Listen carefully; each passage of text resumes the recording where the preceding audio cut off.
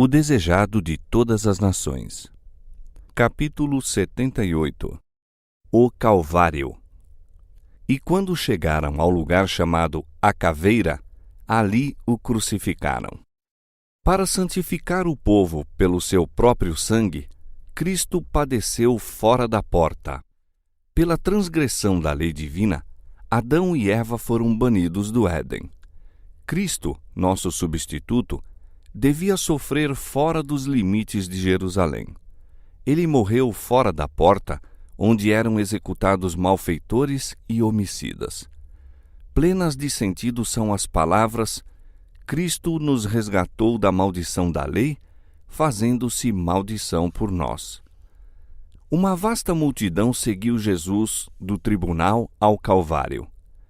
As novas de sua condenação se espalharam por toda Jerusalém, e gente de todas as classes e de todas as categorias afluíam ao lugar da crucifixão.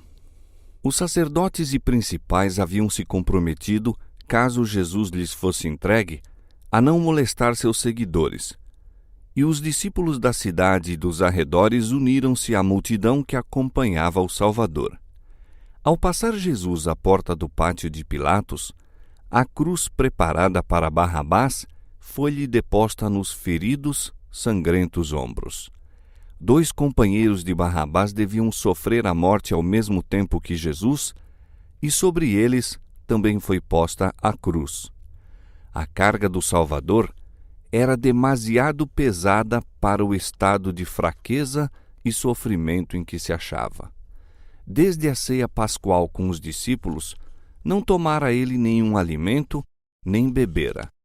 Angustiara-se no jardim do Getsêmani em conflito com as forças satânicas, suportara a agonia da traição e vira os discípulos abandonarem-no e fugir. Fora levado a Anás, depois a Caifás e em seguida a Pilatos. De Pilatos fora mandado a Herodes e reenviado a Pilatos.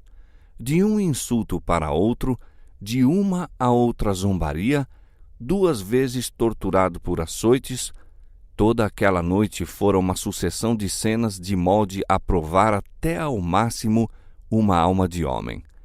Cristo não fracassara, não proferira palavra alguma que não visasse a glória de Deus. Através de toda a ignominiosa farsa de julgamento, portara-se com firmeza e dignidade. Mas quando após ser açoitado pela 2ª vez, a cruz lhe foi posta sobre os ombros, a natureza humana não mais podia suportar. Caiu desmaiado sob o fardo. A multidão que seguia o Salvador viu seus fracos, vacilantes passos, mas não manifestou compaixão. Apuraram-no e injuriaram-no por não poder conduzir a pesada cruz. De novo lhe foi posto em cima o fardo, e outra vez caiu desmaiado por terra.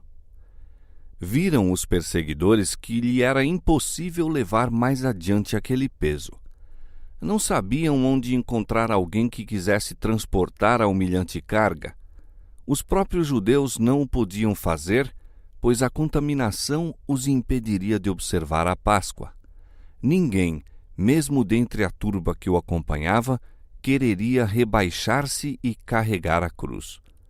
Por essa ocasião, um estranho, Simão, Cirineu, chegando do campo, encontrara-se com o cortejo. Ouve as chufas e os baixos ditos da turba, ouve as palavras desdenhosamente repetidas: abri caminho para o rei dos judeus. Detém-se espantado com a cena, e ao exprimir ele compaixão, agarram-no e lhe põem nos ombros a cruz. Simão ouvira falar de Jesus. Seus filhos criam no Salvador, mas ele próprio não era discípulo. O conduzir a cruz ao Calvário foi-lhe uma bênção e posteriormente mostrou-se sempre grato por essa providência. Isso o levou a tomar sobre si a cruz de Cristo por sua própria escolha, suportando-lhe sempre animosamente o peso. Não poucas mulheres, se achavam na multidão que segue à sua morte cruel aquele que não foi condenado. Sua atenção fixa-se em Jesus. Algumas o tinham visto antes, outras lhe levaram doentes e sofredores, outras ainda foram elas mesmas curadas por ele. Relata-se então a história das cenas que ocorreram. Elas se admiram do ódio da turba para com aquele por quem o coração se lhes comove quase a ponto de partir-se. E não obstante a ação da enfurecida massa e as coléricas palavras dos sacerdotes e principais, essas mulheres exprimem o compassivo interesse que as possui. Ao cair Jesus desfalecido sob a cruz, irrompem em lamentoso pranto. Foi isso unicamente que atraiu a atenção de Cristo. Embora em meio de tanto sofrimento, enquanto suportava os pecados do mundo, não era indiferente à expressão de dor. Com terna simpatia contemplou essas mulheres. Não eram crentes nele. Sabia que não o estavam lamentando como um enviado de Deus, mas movidas por sentimentos de piedade humana. Não lhes desprezava simpatia, mas esta lhe despertou no coração outra, mais profunda ainda, para com elas mesmas. Filhas de Jerusalém, disse ele, não choreis por mim, mas chorai antes por vós mesmas e por vossos filhos. Do espetáculo que tinha diante de si, alongou Jesus o olhar ao tempo da destruição de Jerusalém. Naquela terrível cena, muitas das que estavam chorando agora por ele haveriam de perecer com seus filhos. Da queda de Jerusalém passaram os pensamentos de Jesus a um mais amplo juízo. Na destruição da impenitente cidade, viu ele um símbolo da final destruição a sobrevir ao mundo. Disse: então começarão a dizer aos montes: caí sobre nós, e aos outeiros: cobri-nos. Porque se ao madeiro verde fazem isto, que se fará ao seco? Pelo madeiro verde, Jesus se representava a si mesmo o inocente Redentor. Deus permitiu que sua ira contra a transgressão caísse sobre seu amado Filho. Devia ser crucificado pelos pecados dos homens. Que sofrimento, então, havia de suportar o pecador que continuasse na transgressão? Todos os impenitentes e incrédulos teriam de conhecer uma dor e miséria que a língua é impotente para exprimir. Da multidão que acompanhava o Salvador ao Calvário, muitos o haviam seguido com jubilosos hosanas e agitando palmas, enquanto marchava triunfalmente para Jerusalém. Mas não poucos dos que então lhe entoaram louvores, porque era popular assim fazer, avolumavam agora o clamor: crucifica-o! Crucifica-o! Quando Jesus cavalgava o jumento em direção de Jerusalém, as esperanças dos discípulos subiram ao mais alto grau. Tinham-se-lhe aglomerado em torno, sentindo ser elevada honra estar ligados a ele. Agora, em sua humilhação, seguiam-no à distância. Estavam possuídos de pesar e curvados ante o malogro de suas esperanças. Como se verificavam as palavras de Cristo: todos vós esta noite vos escandalizareis em mim, porque está escrito: ferirei o pastor e as ovelhas do rebanho se dispersarão. Chegando ao lugar da execução, os presos foram ligados ao instrumento da tortura. Os 2 ladrões lutaram às mãos dos que os puseram na cruz. Jesus, porém, nenhuma resistência opôs.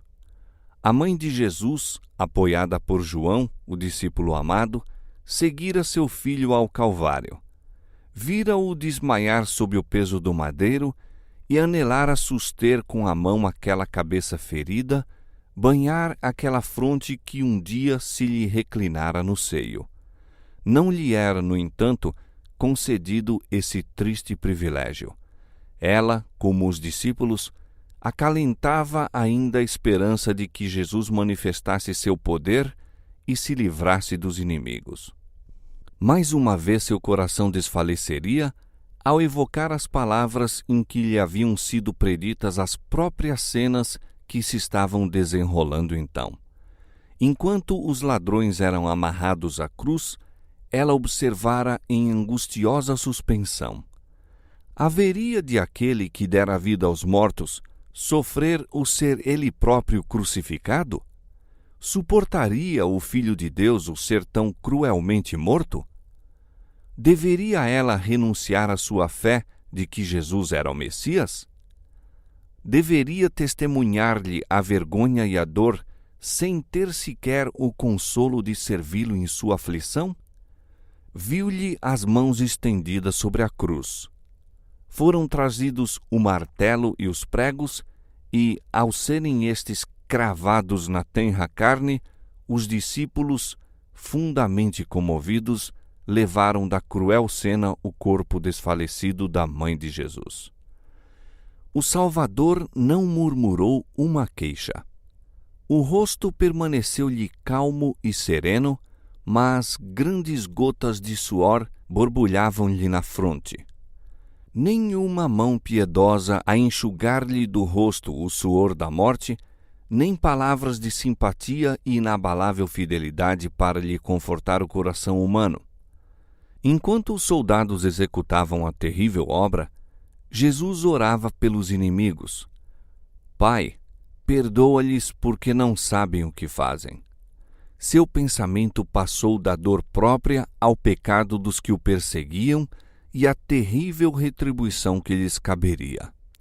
Nenhuma maldição invocou sobre os soldados que o estavam tratando tão rudemente. Nenhuma vingança pediu contra os sacerdotes e príncipes que contemplavam com maligna satisfação o cumprimento de seu desígnio. Cristo se apiedou deles em sua ignorância e culpa. Só exalou uma súplica por seu perdão, porque não sabem o que fazem. Soubessem eles que estavam torturando aquele que viera salvar da eterna ruína a raça pecadora, e ter-se-iam possuído de remorso e horror.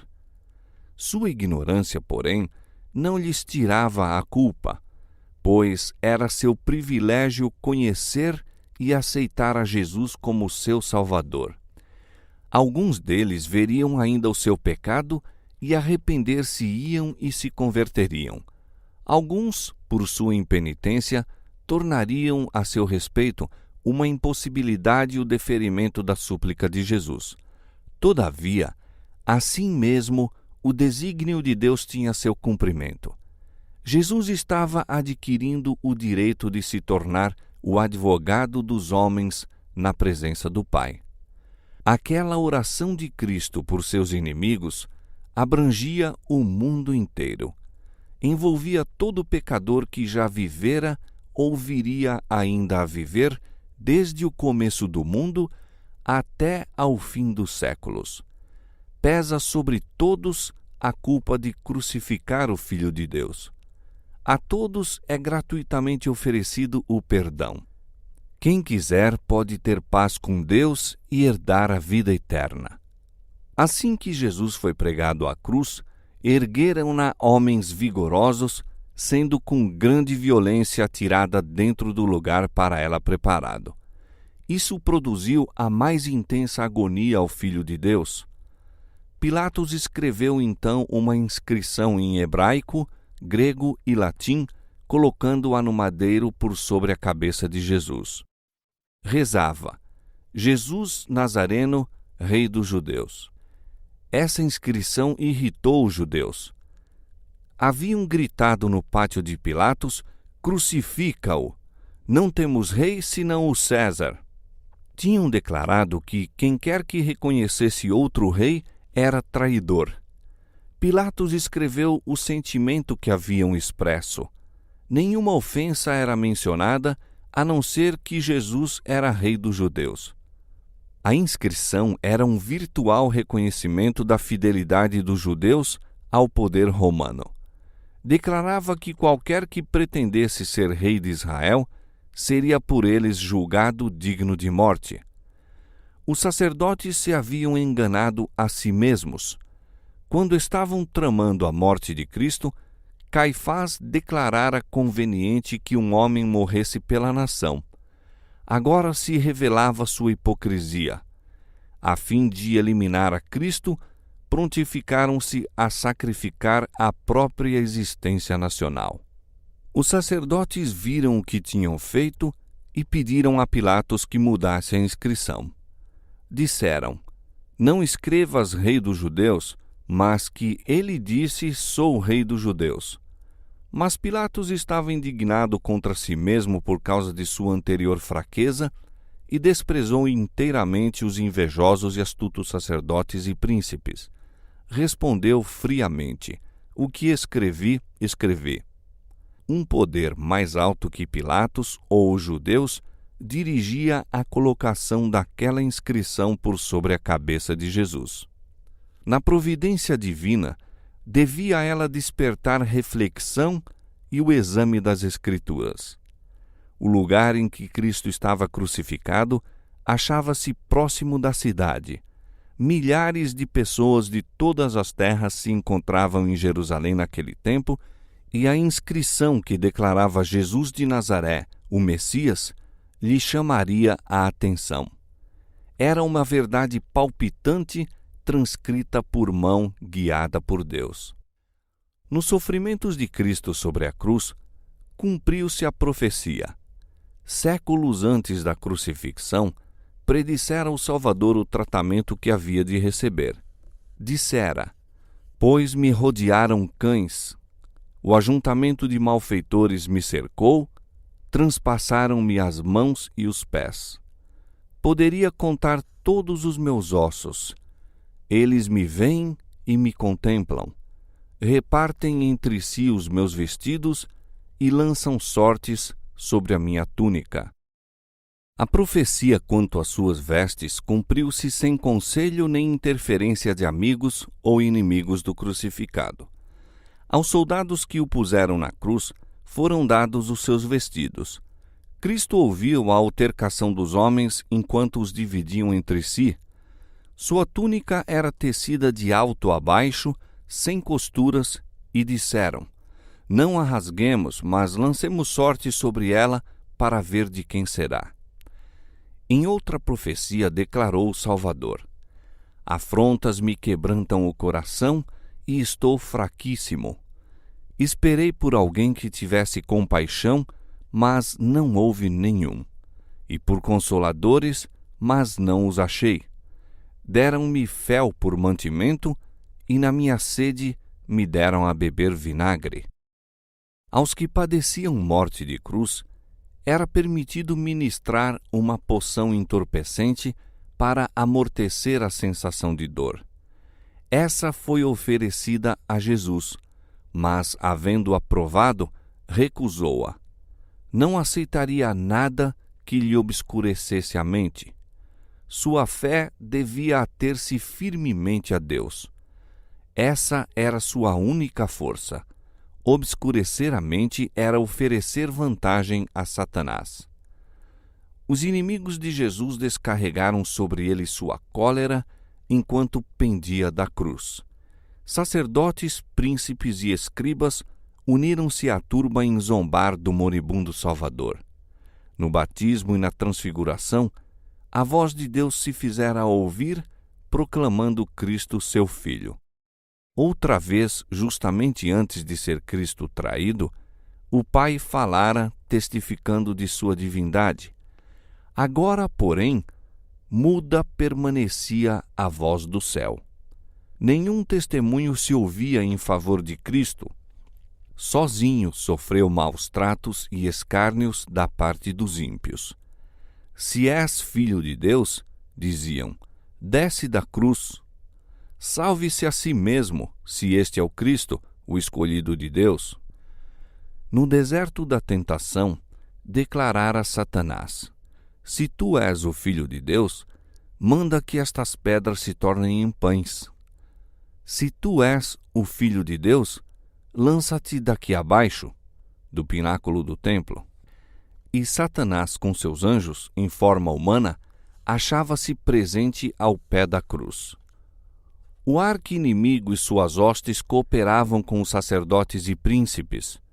Os mestres do povo haviam estimulado a turba ignorante a pronunciar julgamento contra um homem a quem muitos dentre ela nem sequer tinham visto, até serem solicitados a dar testemunho contra ele. Sacerdotes, príncipes, fariseus e a endurecida plebe coligavam-se num satânico frenesi. Os guias religiosos se uniram a Satanás e a seus anjos, cumpriam-lhes as ordens. Jesus, sofrendo e moribundo, ouvia cada palavra ao declararem os sacerdotes: salvou os outros e não pode salvar-se a si mesmo. O Cristo, o Rei de Israel, desça agora da cruz para que o vejamos e acreditemos. Cristo poderia haver descido da cruz, mas foi porque ele se não salvou a si mesmo que o pecador tem esperança de perdão e favor para com Deus. Em seu escárnio do Salvador, os que professavam ser os expoentes das profecias repetiam as próprias palavras que a inspiração predissera que profeririam nessa ocasião. Em sua cegueira, no entanto, não viam estar cumprindo a profecia. Aqueles que em chacota diziam as palavras: confiou em Deus, livre-o agora, se o ama, porque disse, sou filho de Deus, mal pensavam que seu testemunho havia de ressoar através dos séculos. Mas se bem que proferidas em escárnio, essas palavras levaram homens a investigar as Escrituras como nunca dantes tinham feito. Sábios ouviram, examinaram, ponderaram e oraram. Alguns houve que não descansaram enquanto não viram, comparando texto com texto, o sentido da missão de Cristo. Nunca houvera, anteriormente, tão geral conhecimento de Jesus como quando ele pendia do madeiro. No coração de muitos que contemplavam a cena da crucifixão e ouviram as palavras de Cristo, estava resplandecendo a luz da verdade. A Cristo, em sua agonia na cruz, sobreveio um raio de conforto. Foi a súplica do ladrão arrependido. Ambos os homens que estavam crucificados com Jesus, a princípio o injuriaram, e um deles, sob os sofrimentos, tornara-se cada vez mais desesperado e provocante. Assim não foi, porém, com o companheiro. Este não era um criminoso endurecido. Extraviara-se por más companhias, mas era menos culpado que muitos dos que ali se achavam ao pé da cruz, injuriando o Salvador. Vira e ouvira Jesus e ficara convencido por seus ensinos, mas dele fora desviado pelos sacerdotes e príncipes. Procurando abafar a convicção, imergira mais e mais fundo no pecado, até que foi preso, julgado como criminoso e condenado a morrer na cruz. No tribunal e a caminho para o Calvário, estivera em companhia de Jesus. Ouvira Pilatos declarar: não acho nele crime algum.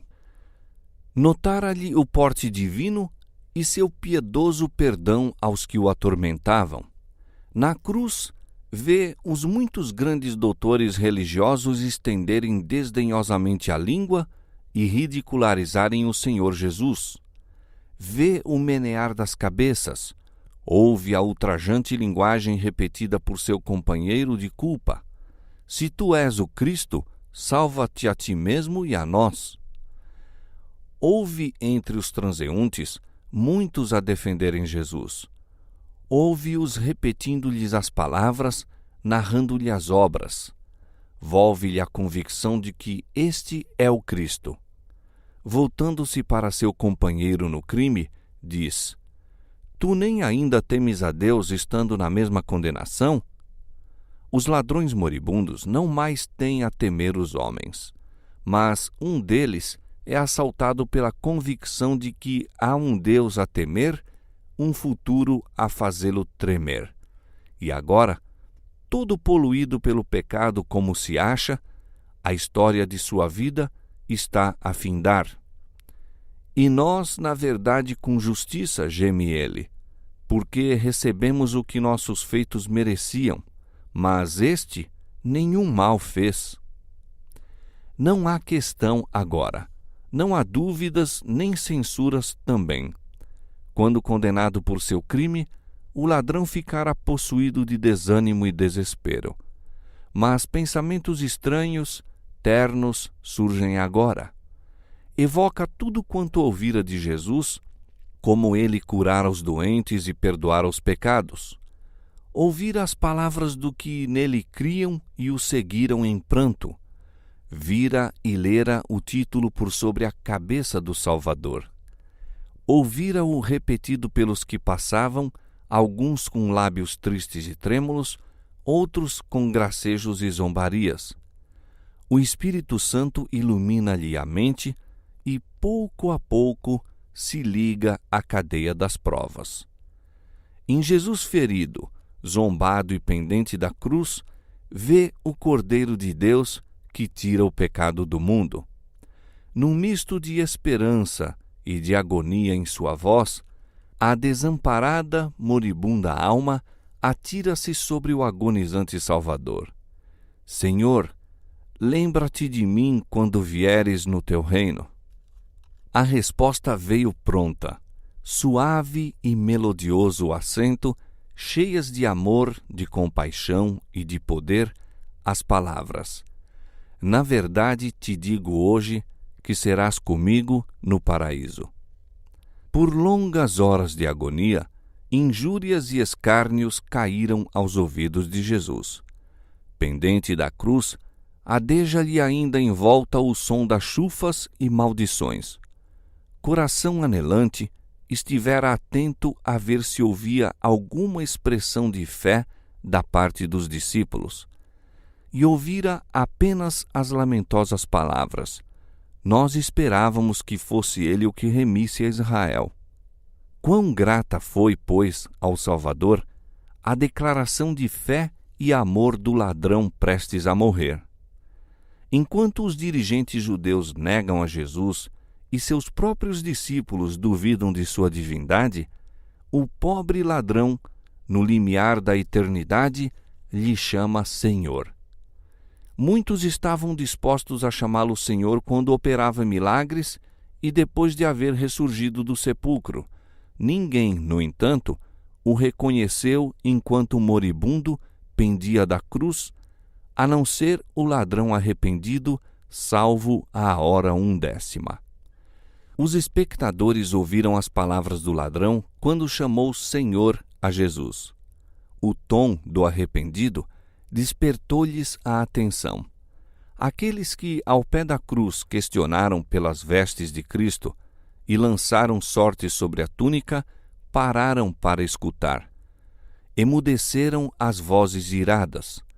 Com a respiração suspensa, olhavam para Cristo e esperaram a resposta daqueles lábios já quase sem vida.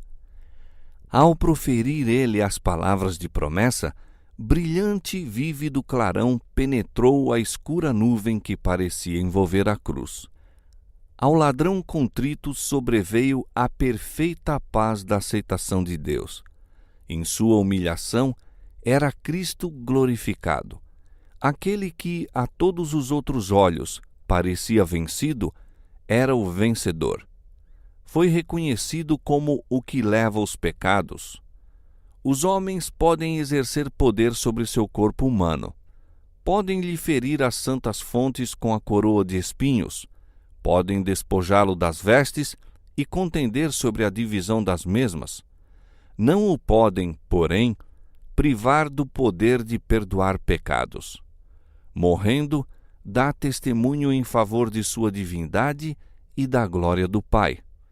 Seu ouvido não está agravado para que não possa ouvir, nem sua mão encurtada para não poder salvar. É seu direito salvar perfeitamente a todos quantos se chegam a Deus por ele. Na verdade te digo hoje que serás comigo no paraíso. Cristo não prometeu que o ladrão estaria com ele no paraíso naquele dia. Ele próprio não foi naquele dia para o paraíso. Dormiu no sepulcro e na manhã da ressurreição disse: ainda não subi para meu Pai. Mas no dia da crucifixão, o dia da aparente derrota e treva, foi feita a promessa. Hoje, enquanto morria na cruz como malfeitor, Cristo dava ao pobre pecador a certeza: tu estarás comigo no paraíso. Os ladrões crucificados com Jesus foram colocados um de cada lado e Jesus no meio. Isso foi feito por instrução dos sacerdotes e principais. A posição de Cristo entre os ladrões indicava ser ele o maior criminoso dos três. Assim se cumpriu a Escritura: foi contado com os transgressores. A inteira significação de seu ato, porém, não viram os sacerdotes. Como Jesus crucificado com os ladrões foi posto no meio, assim foi sua cruz colocada no meio de um mundo a perecer no pecado. E as perdoadoras palavras dirigidas ao ladrão arrependido fizeram fulgir uma luz que brilhará até os remotos cantos da terra. Com espanto contemplavam os anjos o infinito amor de Jesus, que, sofrendo a mais intensa agonia física e mental, pensava apenas nos outros e animava a arrependida alma a crer. Em sua humilhação, dirigira-se como profeta às filhas de Jerusalém. Como sacerdote e advogado, intercedera com o Pai pelo perdão de seus assassinos. Como amorável Salvador, perdoara os pecados do arrependido ladrão. Enquanto o olhar de Jesus vagueava pela multidão que o cercava, uma figura lhe prendeu a atenção. Ao pé da cruz se achava sua mãe, apoiada pelo discípulo João. Ela não podia suportar permanecer longe de seu filho, e João, sabendo que o fim se aproximava, trouxera-a de novo para perto da cruz. Na hora de sua morte, Cristo lembrou-se de sua mãe. Olhando-lhe o rosto abatido pela dor, e depois a João, disse dirigindo-se a ela: Mulher, eis aí o teu filho. E depois a João: eis aí tua mãe. João entendeu as palavras de Cristo e aceitou o encargo. Levou imediatamente Maria para sua casa e daquela hora em diante dela cuidou ternamente. Ó piedoso, amorável Salvador! Por entre toda a sua dor física e mental angústia, teve solícito cuidado para com sua mãe. Não possuía dinheiro com que lhe provesse o conforto, achava-se, porém, entronizado na alma de João e entregou-lhe sua mãe como precioso legado. Assim providenciou para ela aquilo de que mais necessitava, a eterna simpatia de alguém que a amava porque ela amava Jesus. E acolhendo-a como santo legado, estava João recebendo grande bênção. Ela lhe era uma contínua recordação de seu querido mestre. O perfeito exemplo do amor filial de Cristo resplandece com um não esmaecido fulgor por entre a neblina dos séculos. Durante cerca de 30 anos, Jesus, por sua labuta diária, ajudara nas responsabilidades domésticas. E agora, mesmo em sua derradeira agonia, se lembra de providenciar em favor de sua mãe viúva e aflita. O mesmo Espírito se manifestará em todo discípulo de nosso Senhor. Os que seguem a Cristo sentirão ser uma parte de sua religião, respeitar os pais e prover-lhes as necessidades. O pai e a mãe nunca deixarão de receber, do coração em que se abriga o amor de Cristo, solícito cuidado e terna simpatia. E agora estava a morrer o Senhor da glória, o resgate da raça. Entregando a preciosa vida, não foi Cristo sustido por triunfante alegria. Tudo eram opressivas sombras. Não era o temor da morte que o oprimia, nem a dor e a ignomínia da cruz que lhe causavam a inexprimível angústia. Cristo foi o príncipe dos sofredores, mas seu sofrimento provinha do senso da malignidade do pecado, o conhecimento de que, mediante a familiaridade com o mal, o homem se tornara cego à enormidade do mesmo. Cristo viu quão profundo é o domínio do pecado no coração humano, quão poucos estariam dispostos a romper com seu poder. Sabia que, sem o auxílio divino, a humanidade devia perecer e via multidões perecerem ao alcance do abundante auxílio. Sobre Cristo como nosso substituto e penhor, foi posta a iniquidade de nós todos. Foi contado como transgressor, a fim de que nos redimisse da condenação da lei. A culpa de todo descendente de Adão pesava-lhe sobre a alma. A ira de Deus contra o pecado, a terrível manifestação de seu desagrado por causa da iniquidade, encheram de consternação a alma de seu filho. Toda a sua vida anunciara Cristo ao mundo caído as boas novas da misericórdia do Pai, de seu amor cheio de perdão.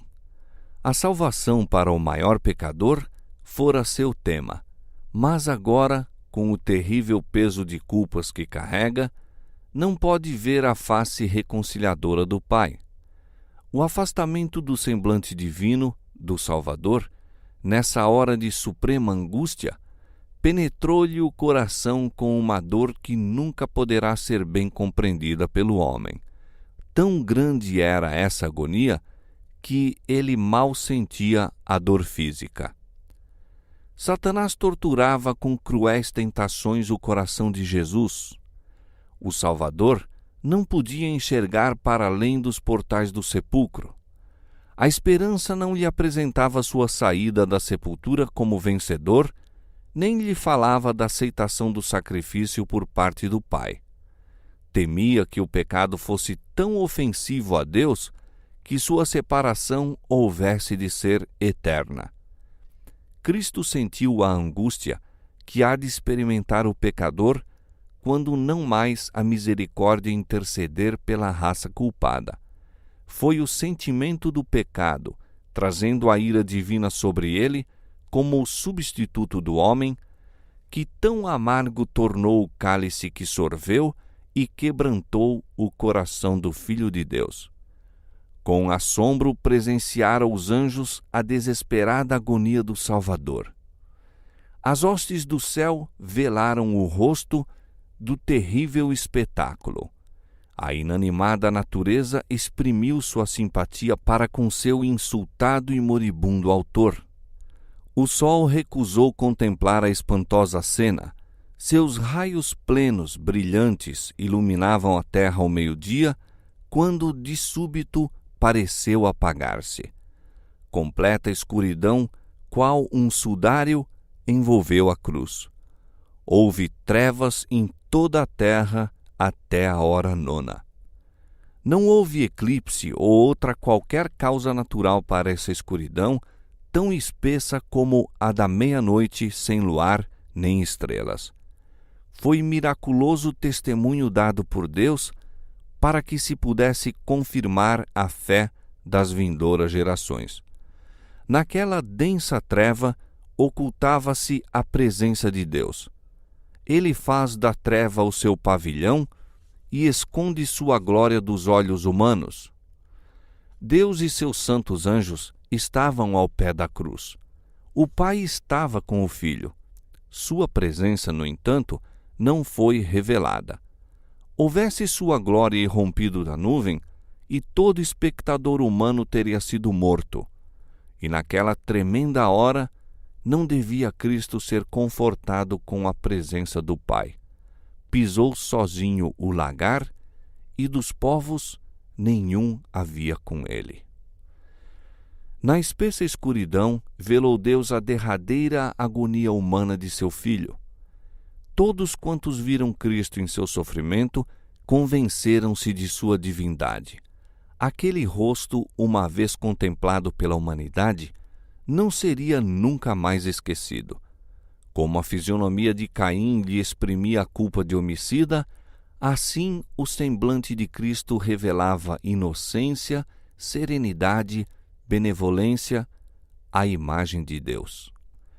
Mas seus acusadores não queriam dar atenção ao cunho celestial. Durante longas horas de agonia, fora Cristo contemplado pela escarnecedora multidão. Agora ocultou misteriosamente o manto divino.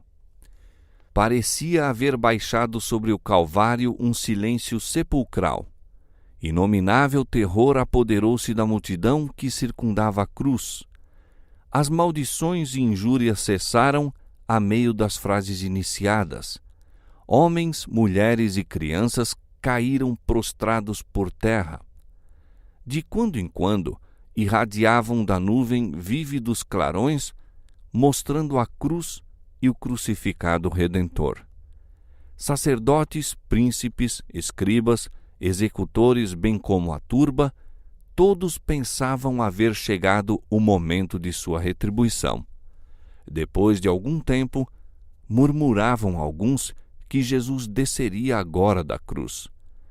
Tentavam outros, às apalpadelas, achar o caminho de volta para a cidade, batendo no peito e lamentando de temor. À hora nona, ergueu-se a treva de sobre o povo, mas continuou a envolver o Salvador. Era um símbolo da agonia e do horror que pesavam sobre o coração dele. Olho algum podia penetrar a escuridão que rodeava a cruz, e ninguém podia sondar a sombra mais profunda ainda que envolvia a sofredora alma de Cristo. Os furiosos relâmpagos pareciam dirigidos contra ele ali pendente da cruz. Então Jesus clamou com grande voz: Eli, Eli, lama sabachthani, que traduzindo é: Deus meu, por que me desamparaste? Ao baixarem sobre o Salvador as trevas exteriores, muitas vozes exclamaram: A vingança do céu está sobre ele. Os raios da ira divina são contra ele lançados, porque pretendeu ser filho de Deus. Muitos dos que nele criam ouviram-lhe o desesperado grito, e abandonou-os a esperança. Se Deus desamparara a Jesus, em quem podiam confiar seus seguidores? Quando as trevas se ergueram do opresso Espírito de Cristo, reavivou-se-lhe o sentido do sofrimento físico e disse: Tenho sede. Um dos soldados romanos, tocado de piedade, ao contemplar os lábios ressequidos, tomou uma esponja numa haste de isopo e, imergindo-a numa vasilha de vinagre, ofereceu-a a Jesus. Mas os sacerdotes zombavam-lhe da agonia. Enquanto as trevas cobriam a terra, encheram-se de temor. Dissipado este, porém, voltou-lhes o medo de que Jesus lhe escapasse ainda. Interpretaram mal suas palavras. Eli, Eli, lama sabachthani. Com acerbo desprezo e escárnio, disseram: Este chama por Elias. Recusaram a última oportunidade de aliviar-lhe os sofrimentos. Deixa, disseram, vejamos se Elias vem livrá-lo. O imaculado Filho de Deus pendia da cruz, a carne lacerada pelos açoites. Aquelas mãos, tantas vezes estendidas para abençoar, pregadas ao lenho. Aqueles pés tão incansáveis em serviço de amor, cravados no madeiro. A régia cabeça ferida pela coroa de espinhos. Aqueles trêmulos lábios entreabertos para deixar escapar um grito de dor. E tudo quanto sofreu, as gotas de sangue a lhe correr da fronte, das mãos e dos pés, a agonia que lhe atormentou o corpo e a indizível angústia que lhe encheu a alma ao ocultar-se dele a face do Pai, tudo fala a cada filho da família humana, declarando: É por ti que o Filho de Deus consente em carregar esse fardo de culpa? Por ti, ele destrói o domínio da morte e abre as portas do paraíso. Aquele que impôs calma às ondas revoltas e caminhou por sobre as espumejantes vagas, que fez tremerem os demônios e fugir a doença, que abriu os olhos cegos e chamou os mortos à vida, ofereceu-se a si mesmo na cruz em sacrifício, e tudo isso por amor de ti. Ele, o que leva sobre si os pecados, sofre a ira da justiça divina e torna a si mesmo pecado por amor de ti.